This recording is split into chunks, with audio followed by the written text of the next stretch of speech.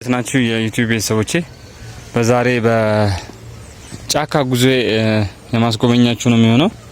በዚህ ጫካ ጉዞ ዛሬ የምንመለከተው ኢትዮጵያ ውስጥ ምን አይነት አስደሳች ቦታዎች እንዳሉ ለሃይኪንግ እንዲሁም ደግሞ እንደዚህ ጉዞዎችን ለማድረግ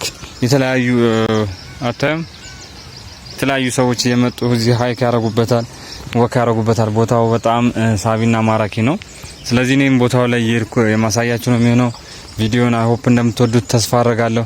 ከወደዳችሁስ ላይክ ማድረጋችሁ እንዳትረሱ። ስለዚህ ቦታው ልክ እንደዚህ ነው። ትንሽ የገጠር ከተማ አካባቢ ነው ማለት ነው።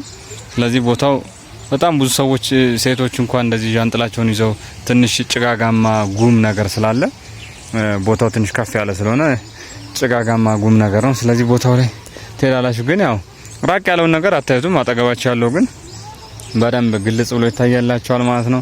ከጎንም እንደዚህ የእርሻ ቦታዎች ይገኛሉ። እንዲሁም ደግሞ ቦታው በጣም ጥቅጥቅ እንዲል ተብሎ ችግኞችም ሊተከሉበት እንትን እያሉ ነው። እነዚህ የክፍለ ሀገር ልጆች እዛው አካባቢ የሚገኙ ናቸው። ቦታው እንደምታዩ በጣም ማራኪ ነው።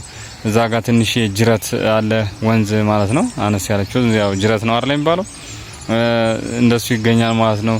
ይሄን ይመስላል። አይ ሆፕ ተወዱታላችሁ ብዬ ገምታለሁ። ስለዚህ ቦታውን እየሄድኩ ማሳያችሁ ነው የሚሆነው ሙሉ ለሙሉ። ከወደዳችሁት ላይክ አድርጉ፣ ኮሜንት ላይ አሳውቁኝ።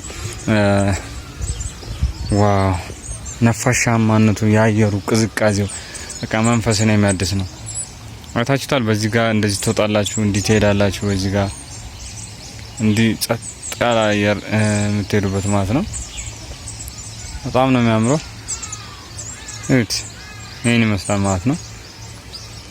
የወፎች ድምጽ የሚሰማችሁ ከሆነ በጣም ደስ ይላል። ከፊት ለፊት ደግሞ አንድ ትልቅ ቤተክርስቲያን እየተሰራ ነው። ሚካኤል ቤተክርስቲያን ነው። ፊት ለፊት ላይ ዶሙ እየተሰራ ነው የሚገኘው፣ ጉልላቱ ማለት ነው። ስለዚህ ይሄን ይመስላል። ቪዲዮውን እንደምትወዱ ተስፋ አረጋለሁ። በሌላም ቪዲዮ እንገናኛለን። ስለዚህ ይሄን ይመስላል አካባቢው። እስቲ የተሰማችሁን ስሜት ኮሜንት ላይ አሳውቁኝ። በሌላ ቪዲዮ እስከምንገናኝ በእኔ በኩል ባባይ ቻው። ሌላ ቪዲዮ ደግሞ ረዘም ያለ ቪዲዮ ነው የምሰራላችሁ። እንዳሁኑ አጠር ያለ አይሆንም።